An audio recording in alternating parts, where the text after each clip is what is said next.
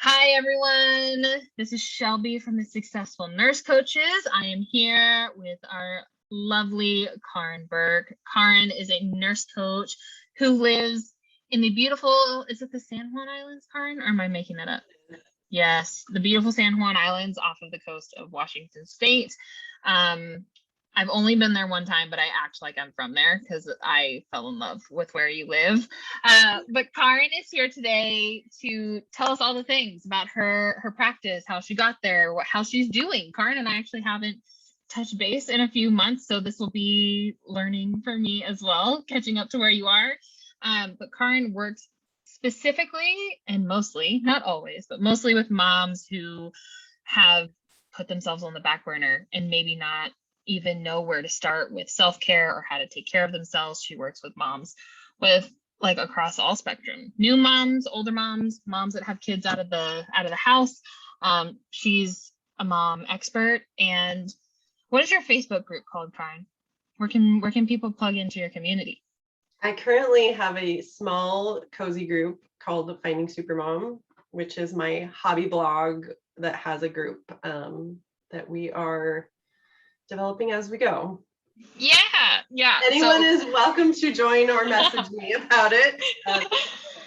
Yeah, we'll make sure to link that group in the Facebook group so people can find you. But Kaaren is like one of the, I mean, all of my clients are real, right? But like Kaaren, coaching Kaaren, it was just really real and vulnerable and raw. And I think that is one of your greatest strengths, is that if you can go there for yourself, you absolutely go there with your clients, and you have a really strong intuition in helping your clients create the life that they want. Like, I would assume that your clients are craving more and they don't know how to get there, and that you step in and shine a light on steps to take to step into that. But how about you tell us, why do you love working with moms? Why moms? Why this? You know how to get to my heart, Shelby. Because at the end of the day, I love the children and the children love their mamas. And that just makes me want to tear up, because we are busy, we are stressed, we are tired, we are overwhelmed, and our world is increasingly more chaotic and unsure. And I just don't want the connection that moms can have with their kids to be lost. And I really focus on quality, not quantity, because it's not realistic to be what Hollywood shows us or whatever all the time, but to still maintain this connection with your kids through all of this. Yeah. And I would imagine that you deal greatly with mom guilt with moms who like want to do better but don't necessarily know how.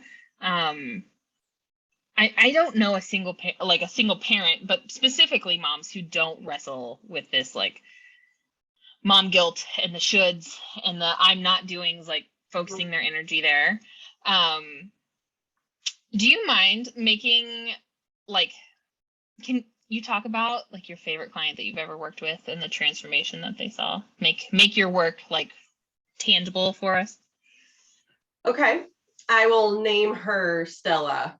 I'm just randomly choosing it. I've actually been working with her off and on for a year or more. And she's we've done such powerful work. Actually, she and I are talking about a 6-month contract. And she then said, I think I'll need coaching forever, off and on. So we have developed this amazing relationship. We've connected because we both have little ones. She has 4, I have 3, although mine range from 2 to 19. We can talk about that in the Facebook group if you join. However, so I can relate to you moms on multiple levels. Anyway, so she came to me with, she couldn't identify it, but severe burnout and overwhelm.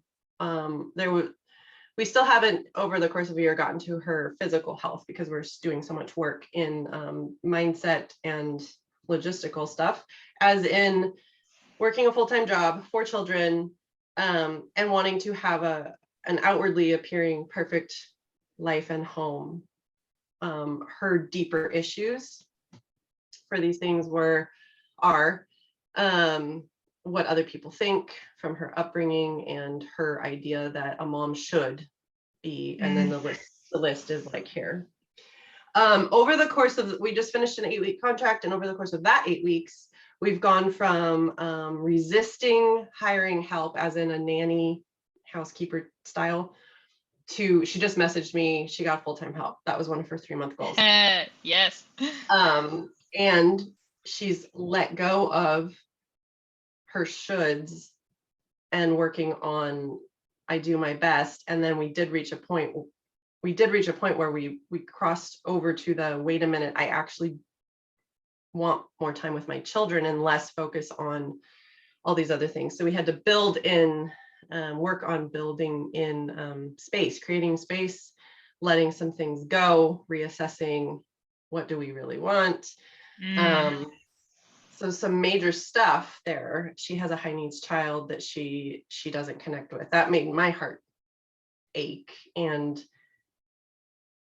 after so many weeks when it came up, she said, I resist him because he's hard. It's hard to parent him, and I'm tired, and then I have guilt, and I just need to get through the day. Just need to make sure they ate, just put them to bed. And it's a constant fight, and I'm miserable and they're miserable, and I don't want that. And she hadn't been able to voice that in the beginning. So that answers your question, but some major shifts and continued work in the future. Absolutely. And even because I've heard you talk about this client before, like months ago, and wow, she's made a lot of progress. That huge. Yeah, that is really, really massive. And what I love about nurse coaches who serve moms is just exactly the reason that you are passionate about it, right? Like you serve the mom, and the mom is like the nucleus to the whole family unit, right? Like the wellness of someone's family is highly dependent on how mama is doing, and just like the cup that she is able to give from. And it like ties in so well with the holistic point of view that we're also obsessed with, right? Getting to the root cause, taking care of what's actually going on, rather than like trying to manage your kid's behavior, or whatever the external symptoms are. You're getting down into the deep work with this client, and that's awesome. I hope that you feel really good. Oh, it's been amazing. I still have that moment where I get off the call and I'm like, I get paid to do this. Okay. But it's hard to call it work, it's different. Yeah, it's I heard once on a podcast of someone who is in our coaching world. They're not a nurse, but they are a coach as well. And she's like, I don't like calling it work. I like calling it being in my purpose. So I tell my kids, I'm going to go be in my purpose for a couple hours, and then I'll be back. And I was like, love that. I don't know if 3-year-olds like get it, but they have to get it on some level, right? Like it has to sink in a little bit. But yeah, I thought that was a really cool reframe, because you're right.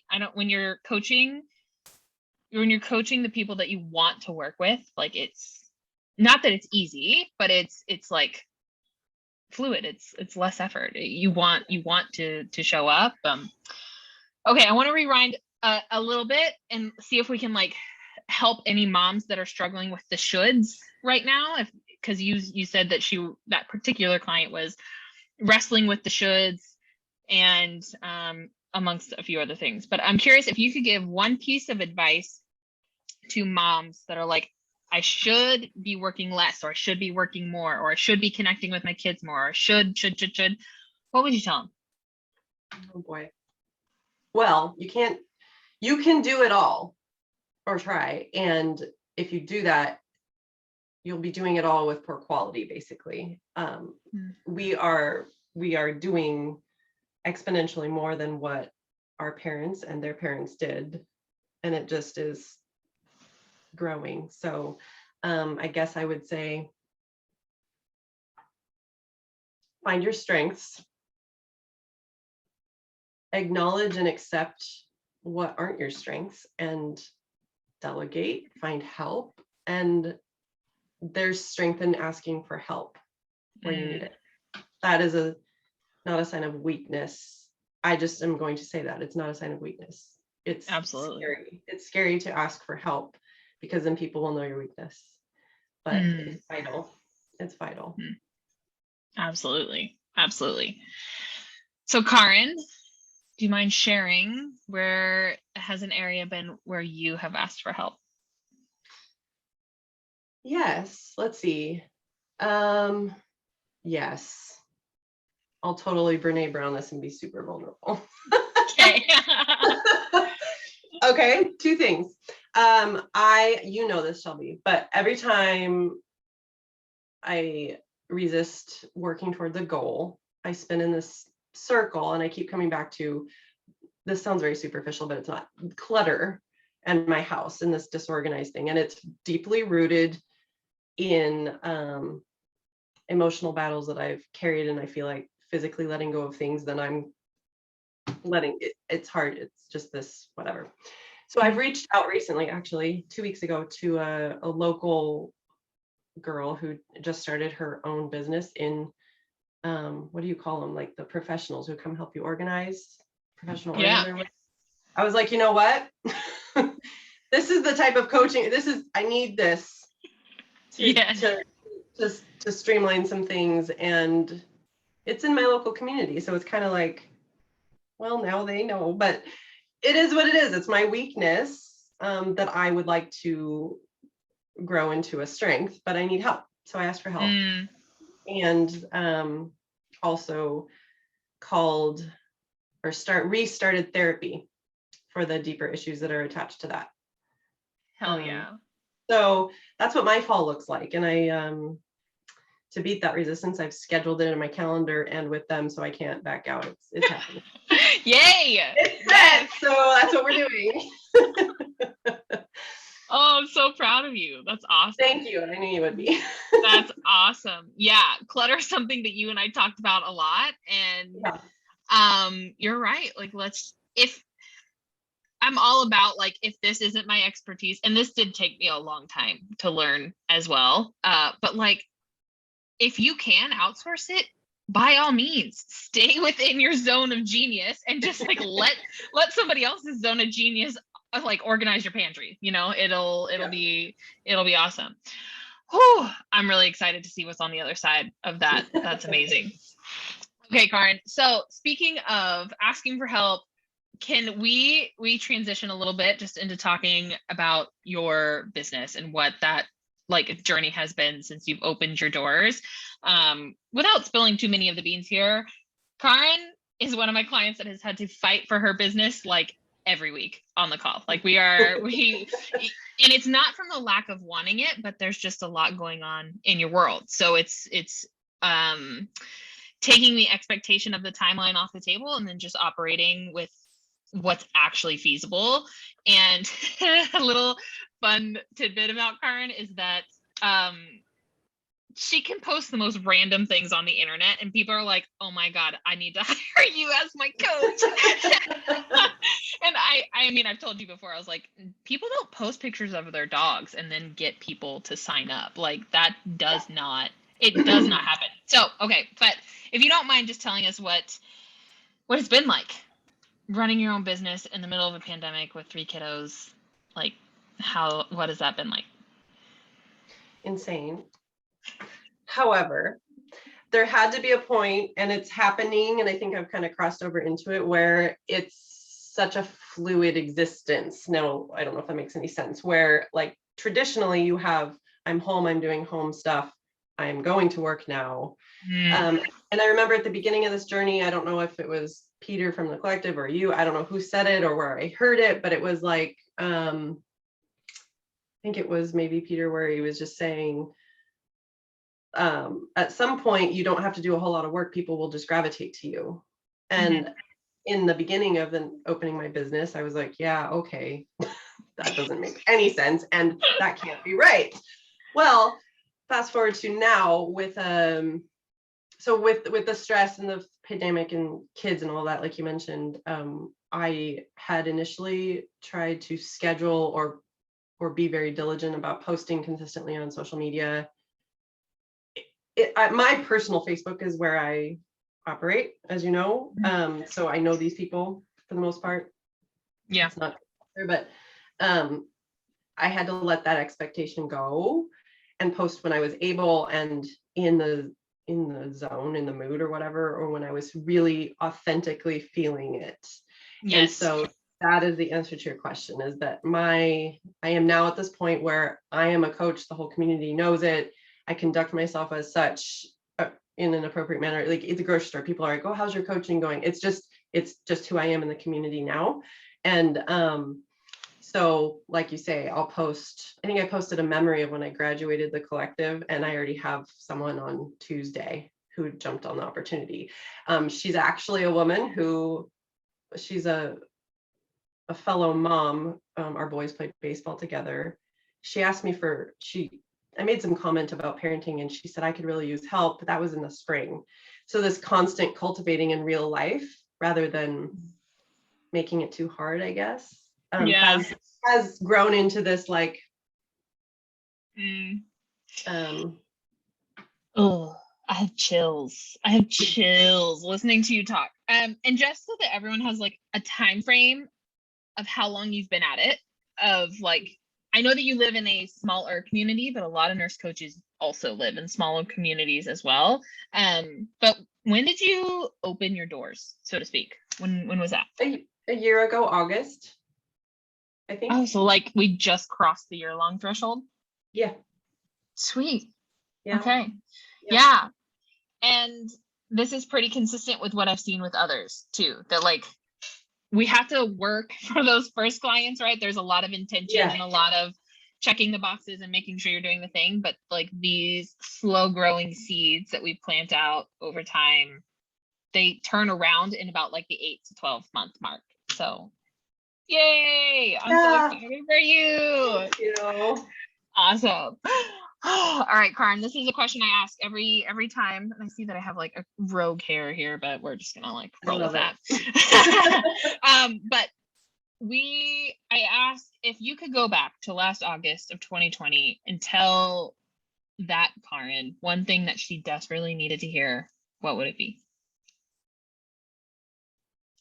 I guess it would be to take that heavy focus off of how do I find a client, and moving that focus or efforts or whatever towards really living it myself.